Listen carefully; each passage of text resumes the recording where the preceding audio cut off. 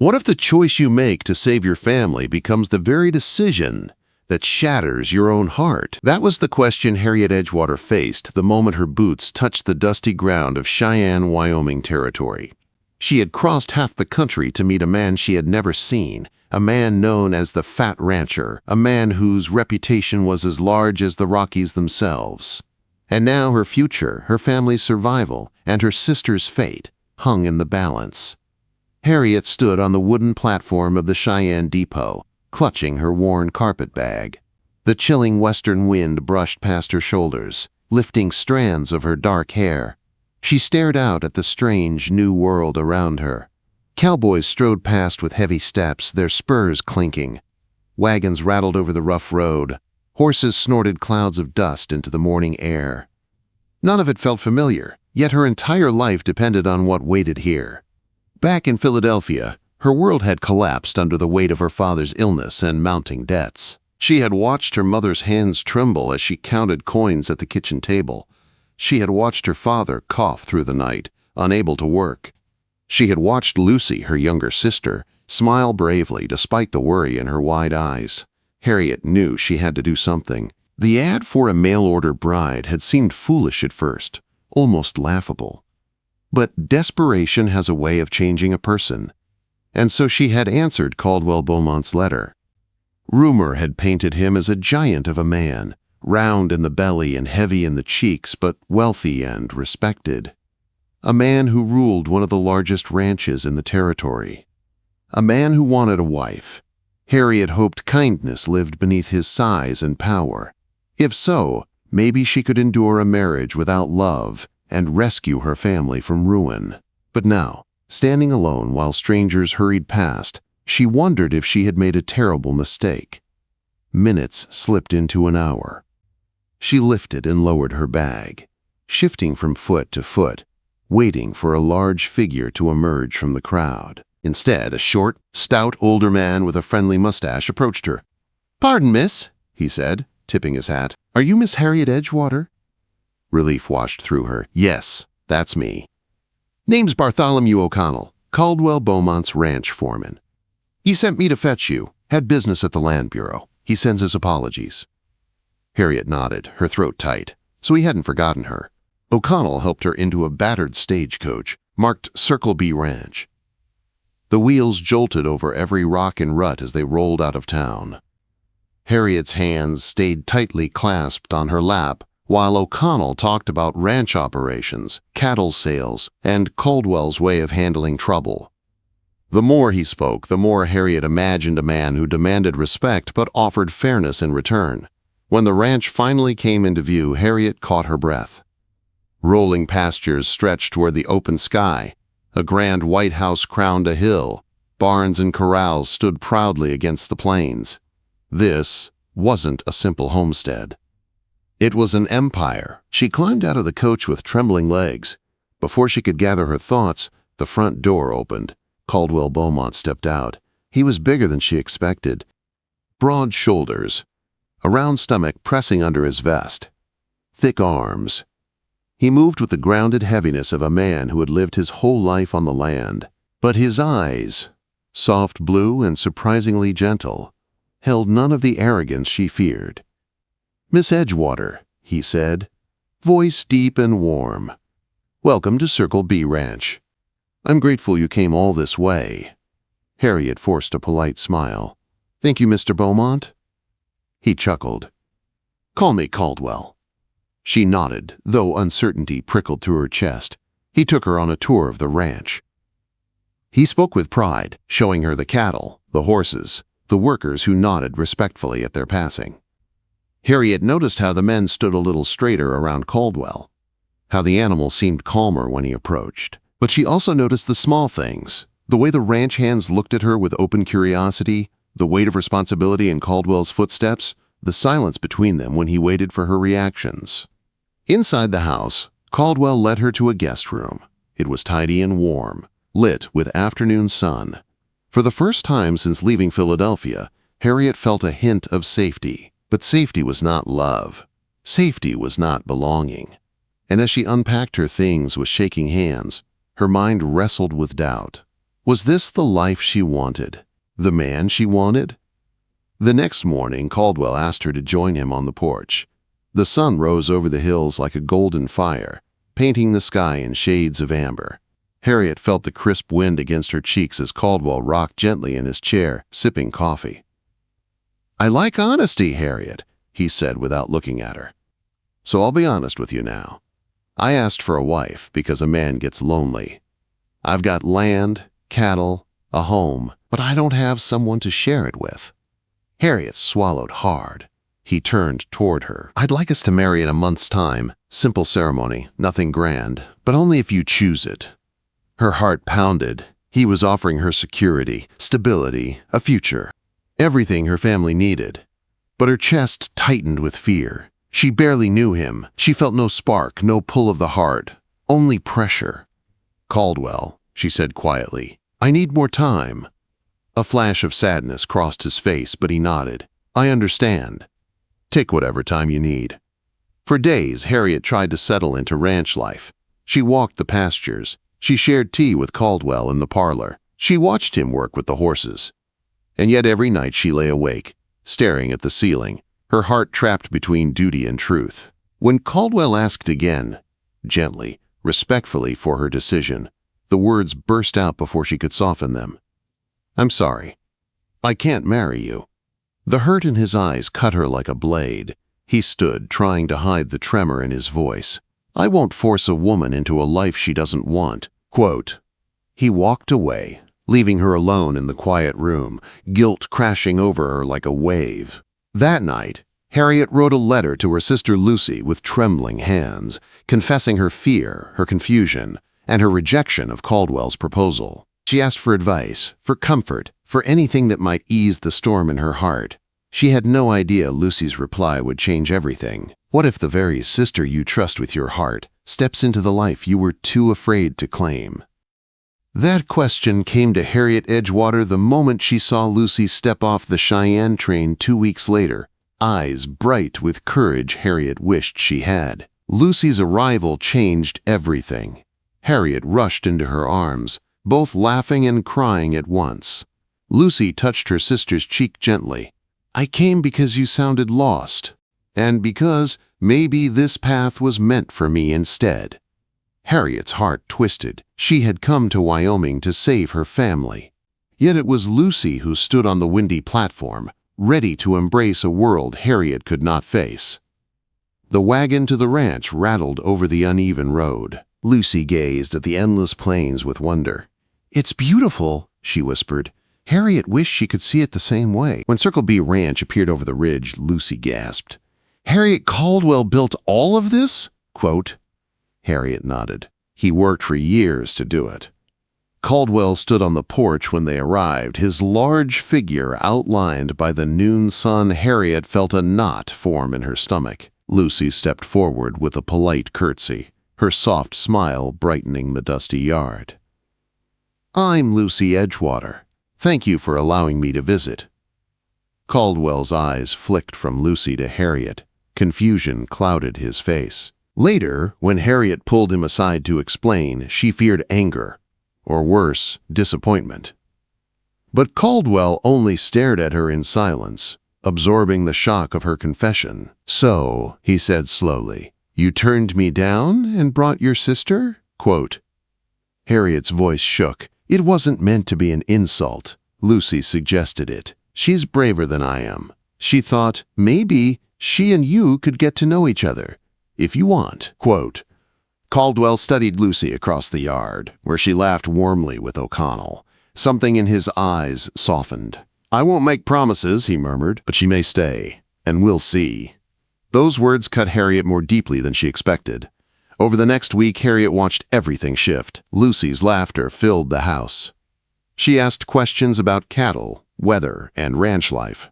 She tried new foods with enthusiasm, even the heavy beef stew Harriet could never quite stomach. Caldwell seemed lighter around Lucy, less guarded. He smiled more. He talked more. He walked a little taller. Harriet noticed how his eyes followed Lucy, how his voice softened when he spoke to her. And Harriet realized something painful. Lucy didn't fear this life. She embraced it. Harriet found herself on the outside looking in. One afternoon, while searching for a ledger in the ranch house library, Harriet found a key ring in an open drawer. Nearby sat a locked compartment of the old writing desk. Against her better judgment, her curiosity tugged at her hands until the key clicked. Inside lay several letters sealed in old wax. The first letter bore a name Harriet recognized, Ophelia Farnsworth. She unfolded it with trembling fingers. The writing spoke of danger, blackmail, and ruthless men trying to force Caldwell to give up mineral rights. It warned him of violence if he resisted. Harriet's heart raced. This wasn't just a ranch feud. Caldwell had enemies, serious ones. Tucking the letter carefully back into the drawer, she closed it and locked it again, her breath shaky. The knowledge pressed heavy on her mind. If Lucy married Caldwell, she would be stepping directly into those dangers. Harriet hardly slept that night. As days passed, Caldwell and Lucy grew closer. They rode along the river, talked beneath cottonwoods, and shared stories over evening coffee. Harriet saw something real forming between them. One day, Harriet returned from gathering herbs near the creek and found Lucy in the garden, cheeks flushed. "He asked if I'd consider staying," Lucy whispered, excitement trembling in her voice. "Perhaps for good." Harriet forced a smile. "That's wonderful." But deep inside, doubt churned. That evening, Caldwell asked Harriet if she was all right. They sat on the back porch, the sunset a blaze of orange and gold across the hills. "It's strange," Harriet admitted, "watching you and Lucy grow close." Caldwell nodded. "I don't want to hurt you." "You're not," she said. "I hurt you first." He sighed, rubbing the back of his neck. "Your sister has a warmth. Something I didn't know I needed." Before Harriet could reply, a ranch hand ran toward them, breathless. "Mr. Bowmont!" "Riders at the south fence. Looks like Glaze men." Harriet's stomach dropped. Caldwell's face hardened, and he mounted his horse with his men. Harriet followed on foot, keeping her distance as they reached the southern boundary. There, Zebediah Glay and several armed riders were tearing up fence posts. The moment Caldwell confronted them, Glay sneered. "You can't hold this land forever," he spat. "It'll be mine soon enough." Rifles glinted in the fading sun. Tension crackled across the prairie. Harriet remembered the letter, the threats, the fear Ophelia had felt. Her pulse throbbed in her ears. After a long, heated standoff, Glay finally turned away with a warning. "We'll be back, and next time you won't be so lucky." Harriet trembled. Lucy had no idea how deep this feud run, no idea what shadow she might marry into. That night, Harriet wrote a letter to a family friend, Addison Pratt, a former lawman, begging for advice. His reply, days later, warned her that a man like Glay could be dangerous, and that only someone with true authority, like Wyatt Earp in Cheyenne, could help if matters worsened. Harriet tucked the letter away, her mind racing. Meanwhile, Lucy and Caldwell only grew closer. Soon, Caldwell proposed, simple and heartfelt. Lucy accepted with tears of joy. Harriet tried to smile, tried to believe this was for the best, but her heart ached with every congratulation she forced from her lips. Then the fire came. At dawn, flames devoured the southern fence line. Smoke rose like a warning to the sky. Harriet, Caldwell, Lucy, and the ranch hands fought the blaze with buckets until their arms burned. The fire destroyed only part of the fencing, but it lit fear inside every heart. Glay was escalating. Wedding preparations went on, but the ranch felt uneasy. Harriet watched Lucy choose wildflowers, her hands steady despite danger. She admired her sister's courage, but fear gnawed at her. The morning of the wedding, Lucy stood in her simple white dress, glowing. "You look beautiful," Harriet whispered, holding back tears. Lucy squeezed her hand. "This is right, Harriet. I feel it." The ceremony began on the back porch with a few ranch hands standing respectfully nearby. The traveling preacher was late, but they exchanged vows anyway, promising to sign papers when he arrived. Caldwell's voice shook with emotion. Lucy's eyes shone with love. Harriet felt joy and sorrow braid together inside her chest. Then hoofbeats thundered. The ranch gates slammed open. Zebediah Glay rode in with armed men. The wedding stopped cold. Caldwell stepped forward, fists clenched.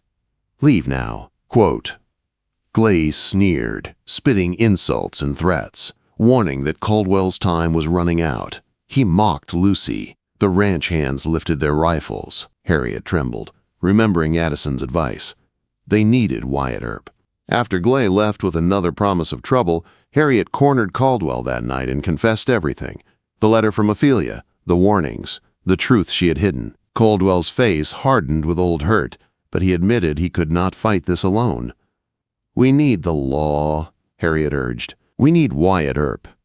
The next morning she saddled a horse and rode toward Cheyenne, carrying hope and fear with every mile. Wyatt Earp listened to her story. His sharp eyes narrowed. "I've heard of Glay," he said. "If he's crossing lines, I'll bring a posse. Give me 2 days." Harriet stayed in town, restless. When she returned with Earp and his men, Circle B Ranch braced for a fight. That night, gunshots split the silence. Harriet dragged Lucy away from the window as bullets ripped across the yard. Earp and Caldwell fought outside, and ranch hands returned fire. Then a lone rider burst from the darkness, Zebediah Glay.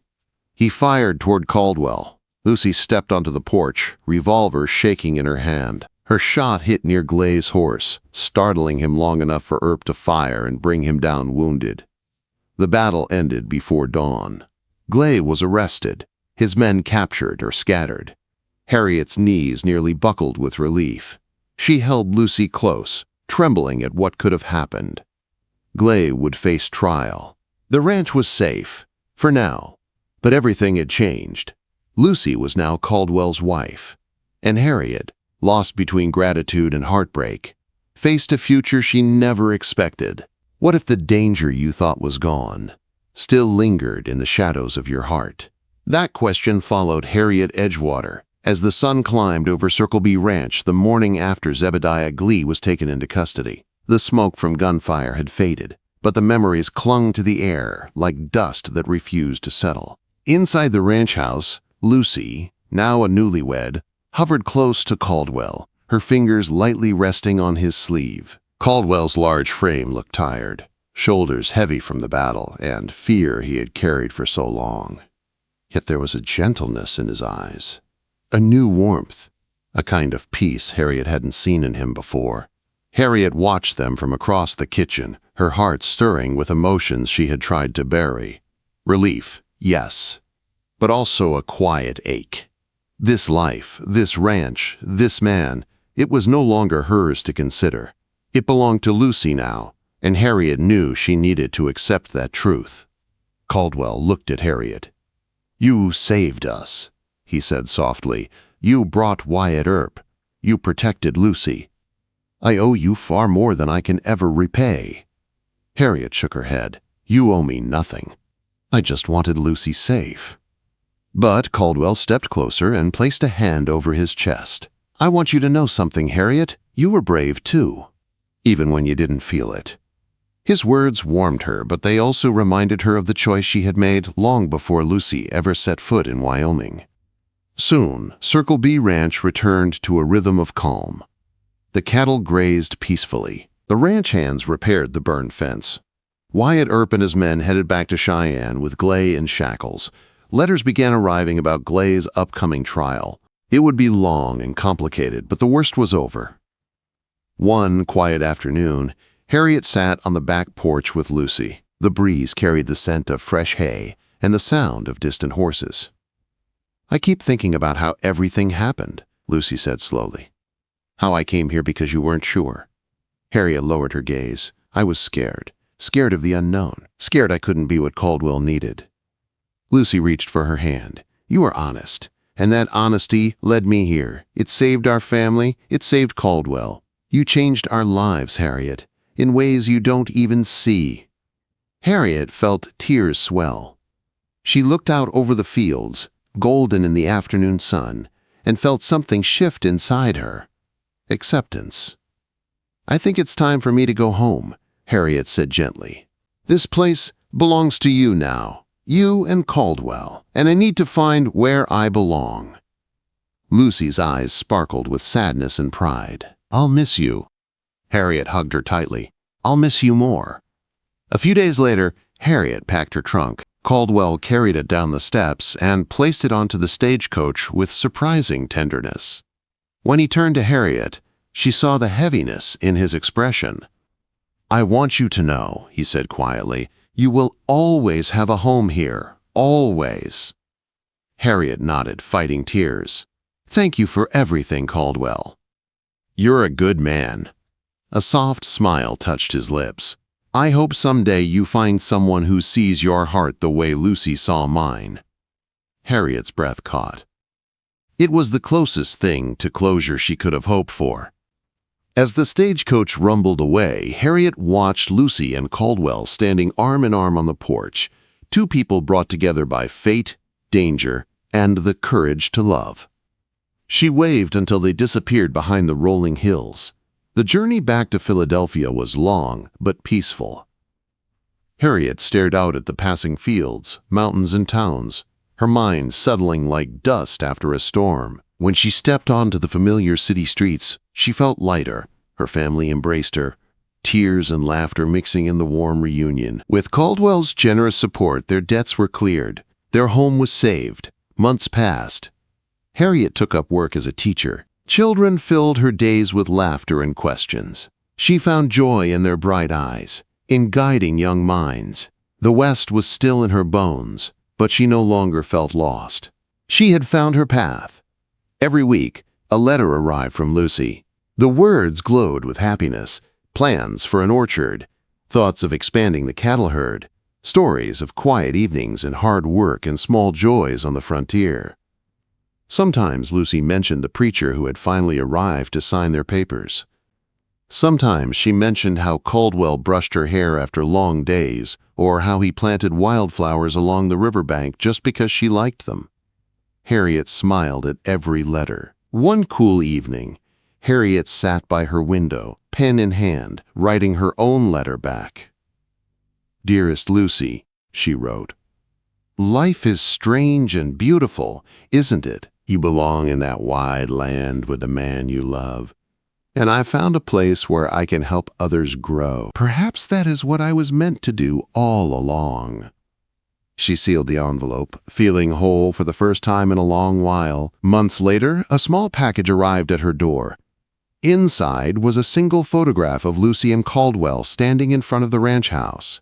Lucy held a baby in her arms, smiling with a joy that radiated through the image.